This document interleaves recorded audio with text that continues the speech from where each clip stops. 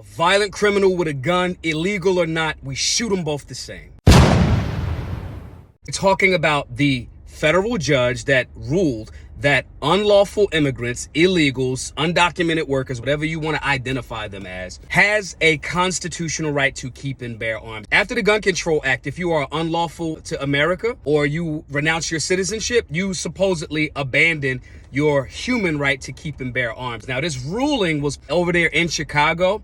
And what happened in essence was there was a gentleman who had a firearm. He was here undocumented. He gets arrested in a non-violent situation. He's arrested and charged with possession of a firearm. No violent history. No crime with that firearm. Even the arrest was not like he was outside shooting somebody or anything like that. Now, the conversation around whether he should be deported, I think he should.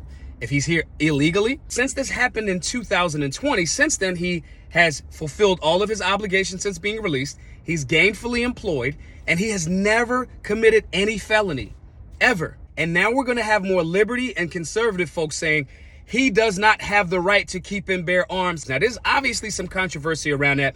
My natural reaction is to say y'all are tripping over gun ownership when the Bill of Rights and the Second Amendment is very clear. Let's back up a bit, though. That contradiction in the 1968 Gun Control Act of you got to be an American citizen to keep and bear arms is 100% a contradiction. What does it mean to have human rights codified in our founding documents, like the Bill of Rights, Second Amendment being the second one? What does that actually mean? Is that something that is in essence only there for American citizens? Is it a human right as the founding fathers codified, or is it not? So it creates room for this deep conversation I think is very important. Some people, in recognizing that we are under what some would call an invasion, right?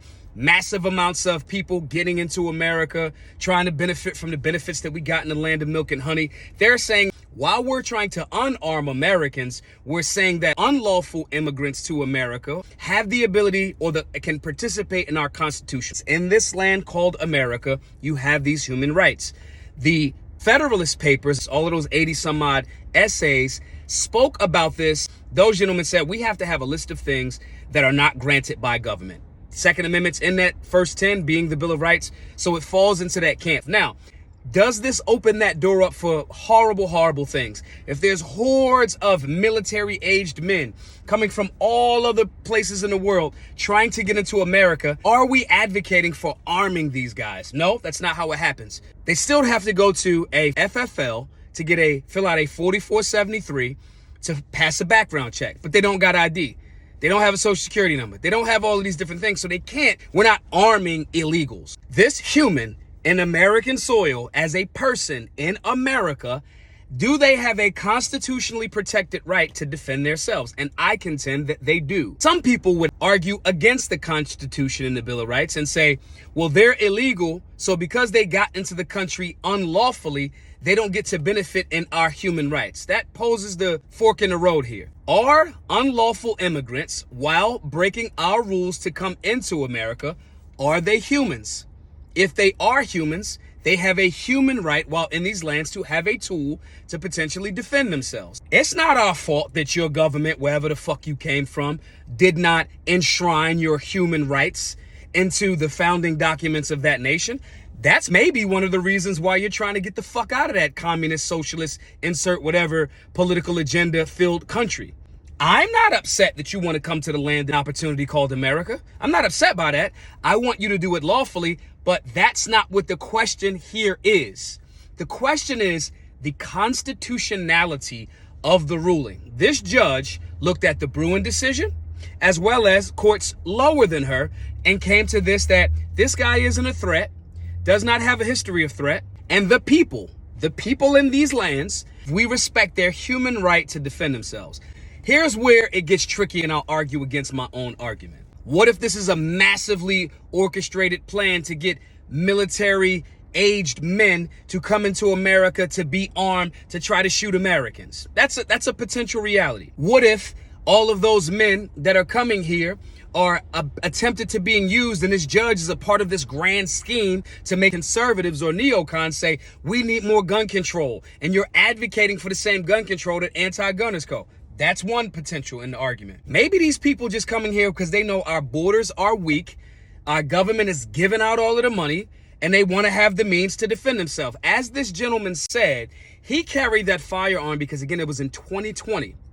In 2020, we had riots all around the country. This is in Chicago. Chicago is not far from Minneapolis, where the George Floyd situation and subsequent riots kicked off at.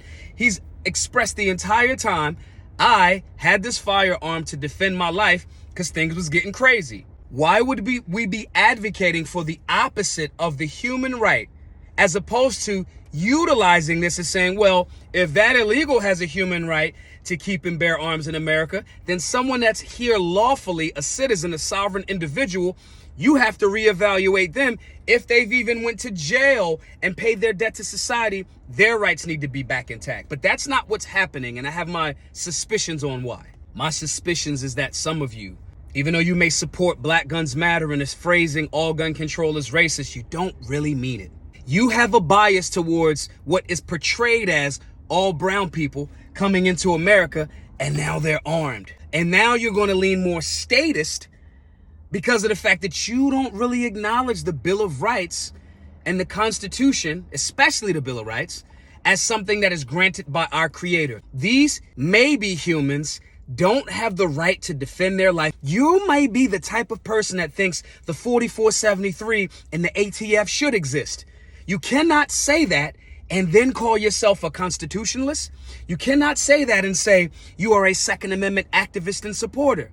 The Second Amendment is clear. It has no asterisks. All these illegals coming in here and getting the guns, we're not going to know who's who. These guys might be criminals. They may shoot us. You sound exactly like an anti-gunner that would advocate against constitutional carry across all of these United States. Because they say things like, well, if we remove the licensing process, we won't know who has a gun and who's a criminal and who's a bad guy. Let me blow your mind real quick. Bad guys are going to get firearms regardless if they're legal or illegal.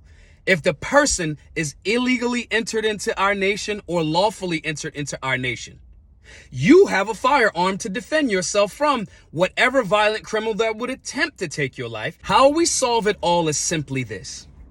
Congress should streamline the process of lawful immigration into our great land. Congress should get right in alignment with securing our borders. It is almost unfathomable to think that this federal judge, in conjunction with 50, 60 years of kicking the can in Congress with illegal immigration not being a serious issue, to now then say, we're going to arm all of the illegals that we got in. It is more feasible and plausible to say the Biden administration and Democrats in general are massively flying in, not just going through the borders, flying those people in so they can become a voting bloc to stay in power. There's more of the chance that they coming in here to try to get some of this free money that our Congress is still just throwing all over the place. It's more plausible of that than what you're talking about. Sometimes we have to check ourselves and ask, damn, am I actually being a constitutionalist? Damn, do I actually say the government has no say on my right to keep and bear arms? Or are we asking for these infringements? These are questions that you got to search your soul about. I'm not saying I'm for open borders in any way, shape, or form. Let me be very clear about that. I'm not in alignment with open borders. But I will say this. If you have a welfare state, there are going to be people that want to get into your nation. Those people still may want to defend themselves from criminals that may be in the nation. And I don't say that all of those people are criminals. They're breaking our rule by getting into America, but crime has to produce a victim. Take your stuff, harm your body, harm your property. So I think that we should streamline the process and we get people that want to be in the American ideal in here ASAP. This is a dividing situation that some of you are walking into. You got a gun. You should be training. You should be taking civics classes. You should be taking stop the bleed classes. You should not advocate for more restrictions on our human right to keep and bear arms. You should be utilizing what this judge has done, maybe even sarcastically. Oh, since y'all like guns so much, I'm going to say an illegal immigrant can have a firearm. See if you guys are still constitutional. We're supposed to say, yes, we're constitutional. We're supposed to add on that. Y'all with this gloom and doom scary shit, y'all trying to arm all the illegals. illegals are not going into gun stores, filling out a 4473 and purchasing firearms. Similar to a criminal isn't going to a FFL to purchase a firearm after filling out a 4473. But you jumping out there sounding like an anti-gunner because you're not thinking in a more robust way how we can make that work for our people, our American people. You use a tool to do the wrong thing with that tool, chainsaw, knife, or firearm. Hopefully there's a ton of armed people around you that will light you the fuck up. That's illegal immigrant or American citizen, period. Stop letting them scare you off of your principle. Yes, we are dealing with a serious time of unruly, unlawful immigration to America.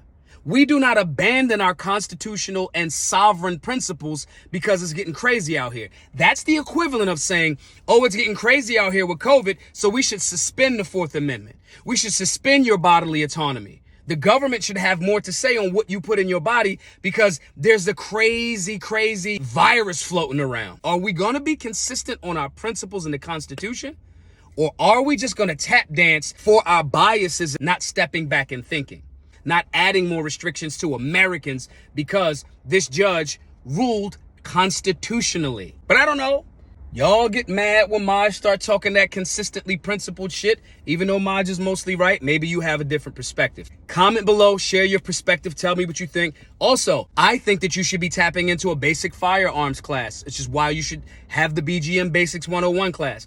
I think that you should understand imminent threat. That's why you should tap into our Understanding Imminent Threat class. We have information and resources that we can empower ourselves regardless of whatever type of violent criminal, where they came from, if they're here lawfully or unlawfully. But the question is, are you getting involved and empowering yourself with that information more than letting your bias and your bigotry make you sound like an anti-gunner? That's what you should be doing. Solutionaryuniversity.org. Register for the class. I hope to see you all there. My name is Maj Toure. Be safe.